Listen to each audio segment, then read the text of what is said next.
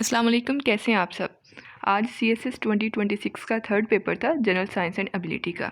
तो आप सबका पेपर कैसा हुआ है, सबसे पहले ये आप कमेंट में बताएं। उसके बाद हम इसको डिस्कस करते हैं कि ये जो MCQs पोर्शन है वो किस तरह का आया है और ओवरऑल इसका लेवल क्या था पेपर का। हमारे पास फर्स्ट इसका MCQs है। Rapid short term weather changes are most strongly influenced by. तो इसमें first of all most important thing है शॉर्ट टर्म एंड रैपिड। तो जो शॉर्ट टर्म होती है ये एटमॉस्फेरिक प्रेशर से इन्फ्लुएंस होती है। जो शॉर्ट टर्म जैसे विंड प्रेशर और इस तरह की चीज़ें होती हैं।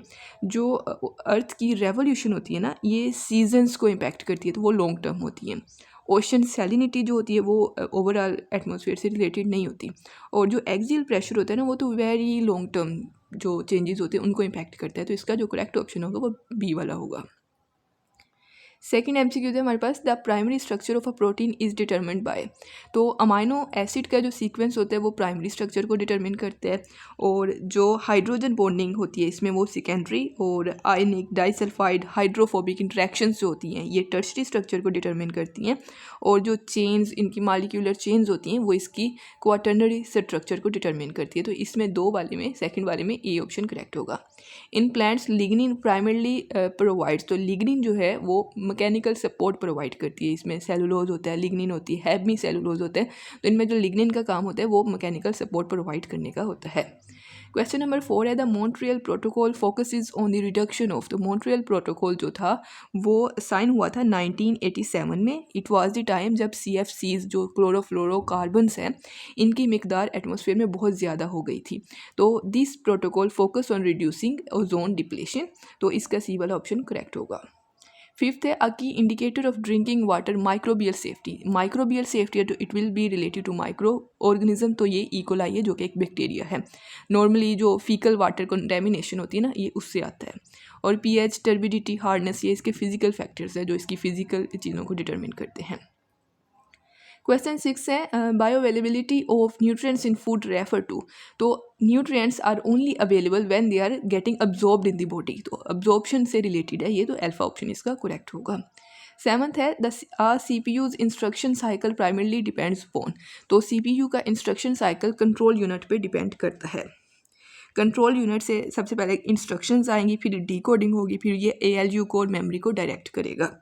इसका नेक्स्ट क्वेश्चन है 8th वाला, the protocol responsible for mapping domain name to IP address in global internet architecture is. तो DNS जो होता है ये डोमेन नेम के लिए होता है, और FTP फाइल ट्रांसफ़र प्रोटोकॉल होता है।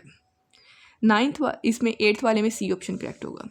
9th वाला है, knowledge graphs enhance AI reasoning capability by representing data as. तो रीजनिंग कैपेबिलिटी से जो रिलेटेड होता है ना वो नोड एज रिलेशनशिप होता है।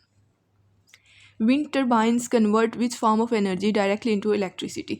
तो wind it is air in motion. तो मोशन जब होती है तो तब काइनेटिक एनर्जी होती है, तो डी वाला करेक्ट ऑप्शन होगा। 11th है, LEDs save energy because light is produced by. तो LED जो है इसमें सेमीकंडक्टर्स यूज़ होते हैं। तो यहाँ लाइट इलेक्ट्रॉन होल रिकम्बिनेशन से यूज़ होती है, जिसमें जो लॉस ऑफ सिग्नल्स है, ये लॉस ऑफ हीट है, बहुत कम होता है। 12th वाला next, the major storage lipid in animals is. तो एनिमल में मेजर जो लिपिड ज़्यादा स्टोर होते हैं वो ट्राइग्लिसराइड्स की फॉर्म में होते हैं, देन एडिपोज टिश्यू में ये स्टोर होते हैं। और जो कार्बोहाइड्रेट्स होते हैं वो ग्लाइकोजन की फॉर्म में होते हैं, लेकिन यहाँ पे लिपिड्स है तो बी ऑप्शन करेक्ट होगा। नेक्स्ट क्वेश्चन नंबर 13 है, the most responsible pollutant for photochemical smoke is. तो जो फोटोकेमिकल स्मोक होती है इसमें नाइट्रोजन ऑक्साइड्स होते हैं, इसमें हाइड्रोकार्बन्स होते हैं, और सनलाइट होती है। तो फोटोकेमिकल स्मोक में नाइट्रोजन ऑक्साइड सबसे इंपॉर्टेंट केमिकल होता है।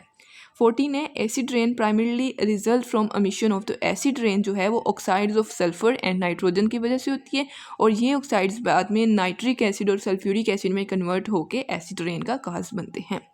15 का है, a major global impact of particulate matter is. तो जो पर्टिकुलर मैटर है, जैसे हम स्मोक जब आती है तो PM इसका जो डिस्कस होता है ना, तो ये जो होते हैं ये रेस्पिरेटरी जो इलनेस होती है उसको काज करता है।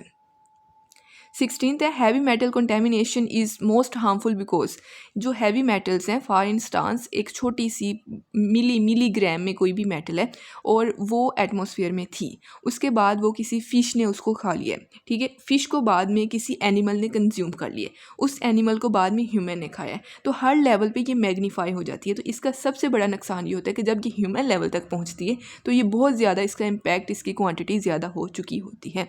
तो इसमें बायो मैग्नीफिकेशन या बायो मैग्नीफाइज इन फूड चेन, ये इसका सबसे ज़्यादा हार्मफुल इम्पैक्ट होता है। 17th है fibre optic cable support high bandwidth communication because data travel है। तो इसमें लाइट सिग्नल्स की फॉर्म में डेटा ट्रैवल होता है क्योंकि ऑप्टिक है, optic related to light. 18th है remote sensing is primarily use in environmental studies to. तो जो रिमोट सेंसिंग होती है ये अगर आपने फॉरेस्ट कवरेज वगैरह या फिर आपने क्लाइमेट चेंज या किसी डिज़ास्टर को मोनीटर करना हो तो तब इसको यूज़ करते हैं। तो इसमें लार्ज स्केल जो अर्थ डाटा है उसको ये कलेक्ट करने के लिए यूज़ होती है। 19th है a decision support system DSS differ from routine MIS management information system primarily by providing. तो जो DSS होता है ना ये एक्चुअली एनालाइज भी करते हैं, लेकिन MIS जो होता है ना ये सिर्फ मतलब छोटे मोटे रूटीन कामों के लिए यूज़ होता है। तो इसमें DSS का पूछा गया है, तो इसमें predictive and unstructured problem solving correct होगा। लास्ट MCQ है satellite communication signal suffer from significant latency mainly due to. तो जो सैटेलाइट कम्युनिकेशन सिस्टम है इसमें लॉन्ग प्रोपोगेशन होती है बहुत ज़्यादा, क्योंकि देखें अर्थ और सैटेलाइट के दरमियान कितना ज़्यादा डिस्टेंस है हर कंट्री टू कंट्री। तो इतना ज़्यादा डिस्टेंस की वजह से क्या हो जाता है कि प्रोपोगेशन डिस्टेंस ज़्यादा हो गया है, तो इसकी की वजह से लेटेंसी आती है। तो ये जनरल साइंस एंड एबिलिटी का पेपर था और बाकी इसका जो दूसरा पार्ट 2 सब्जेक्टिव पार्ट है वो भी हम डिस्कस करेंगे। आई होप ये पार्ट आपको समझ आ गया होगा और अगर कोई MCQs में कोई आपको इशू है तो आप कमेंट कर सकते हैं। Thank you very much.